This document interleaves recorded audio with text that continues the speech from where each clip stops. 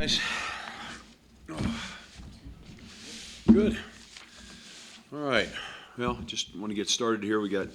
Obviously we got a short week, so I'm pressed up against it, and we're playing an outstanding Utah State team. 10 returning starters. I think they have an elite quarterback, obviously in Bonner. Really good running back, outstanding receivers, good up front, explosive offense. Play you fast, play in tempo, get the ball vertically down the field, and really stress your defense. So they've done a great job. Really well-coached outfit, really well-coached team. I'm not surprised. Coach Anderson's a hell of a coach and got a lot of experience. So this team looks outstanding on defense. Coach Banda's done a great job as a defense coordinator. I think they're really well put together on defense. They got some talented guys there as well, and I think it's going to be quite a great challenge for us. Going out there in a short week on the road out to Logan, and it's going to be quite a task against an outstanding football team. So we've got a lot of work to do this week to get ready to play, but we have a lot of respect for the team we're going to play and realize that this will be a big-time Mountain West contest. So happy to answer any questions. Steve, I know you enjoyed watching your defense play Saturday night, but was it even better watching film? Did you see other things that impressed you even more? Yeah, there was a lot of good stuff on the tape all the way around. Some disappointing things as well. A lot of room to improve. I thought the defense played well. Made the plays they needed to make. Did a great job stopping the run, got pressure on the quarterback, etc. Created turnovers, which is really important. So a lot of good stuff happened there. Offensively, a lot of good stuff happened as well. I thought we played gritty as a team. Really felt like we were disappointed in a couple of coverage issues. We also realized after watching the tape, though, we had some real penalty issues on our kickoff team. Tackled our guys and got away with that.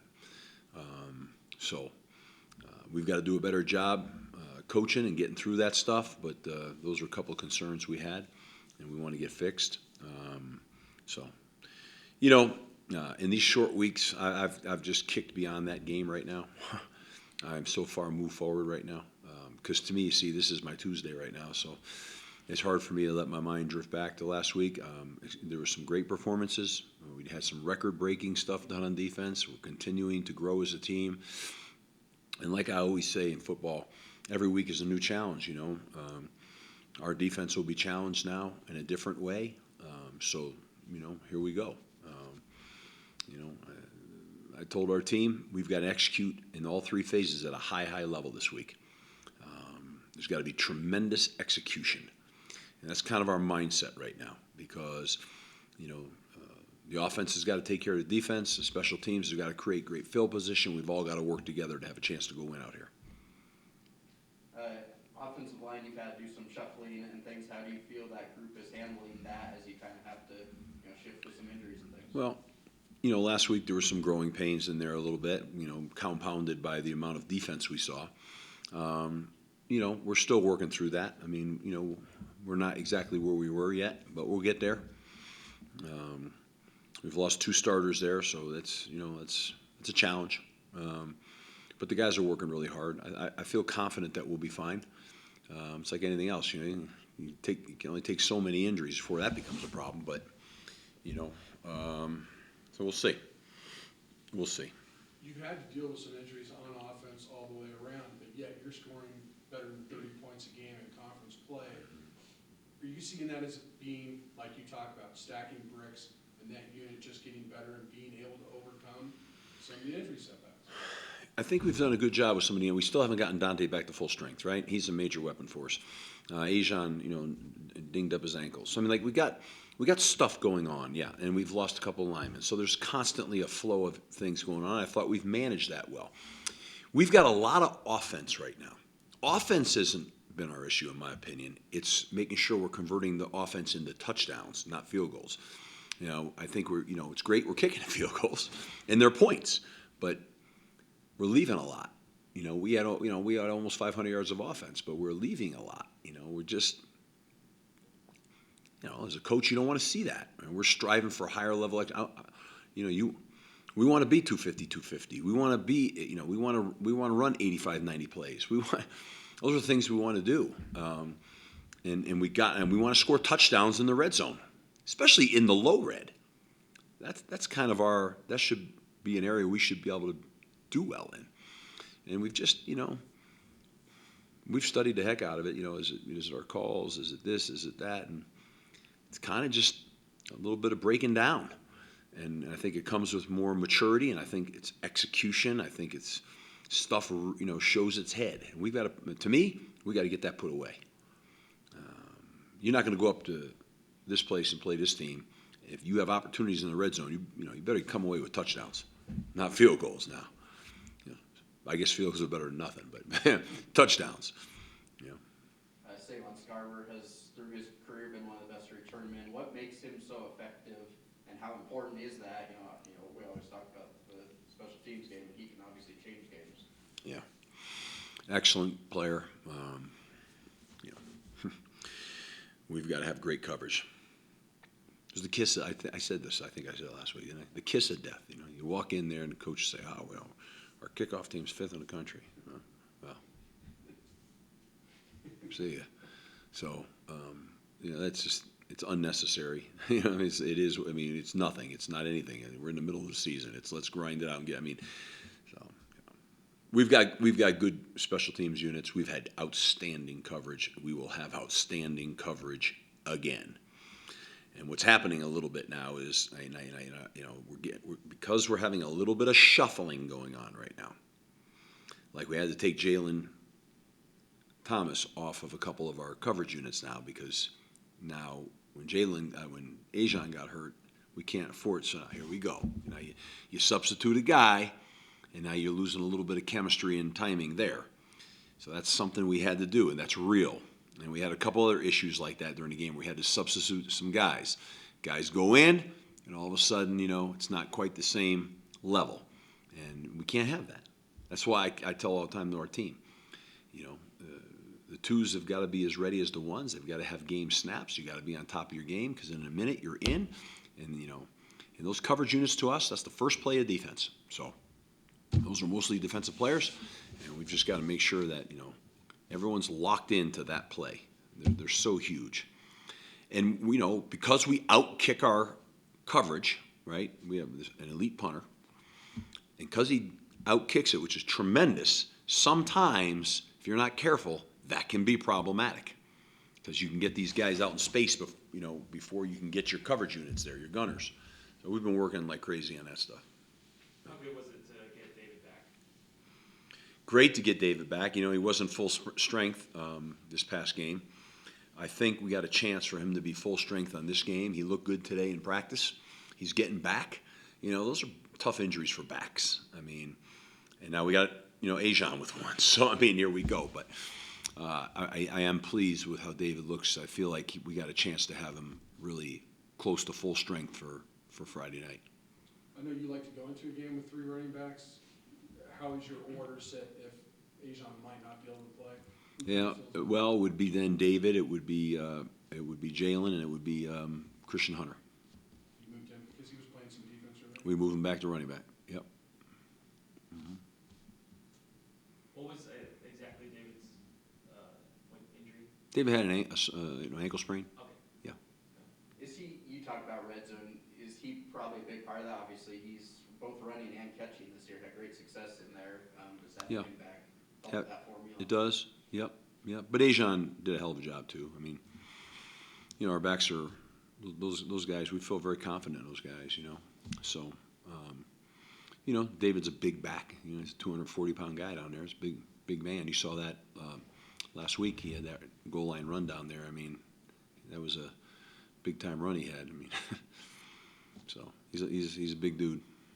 How much do you want to get him more in the receiving game when you're at home? Yeah, we try to get him quite involved. We just haven't had him for really in full strength for 3 weeks now.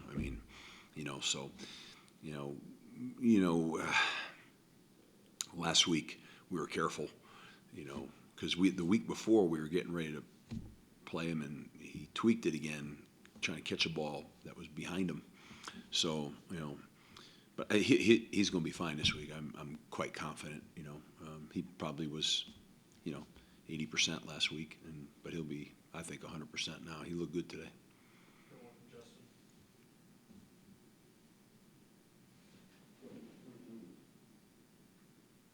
He's muted. You're muted, Justin. No, he's not muted. It's us. Oh, wait, hold on. It's us. Go again, Justin. This is the third straight league opponent that you're playing that you didn't get to face last year. How challenging has it been just from an unfamiliarity standpoint?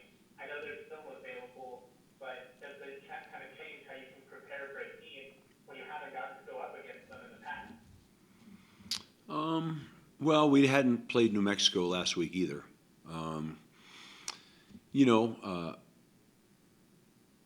I mean, from my perspective, I had been played in the Gildan New Mexico Bowl when I was a head coach at Temple, so I'd been out there.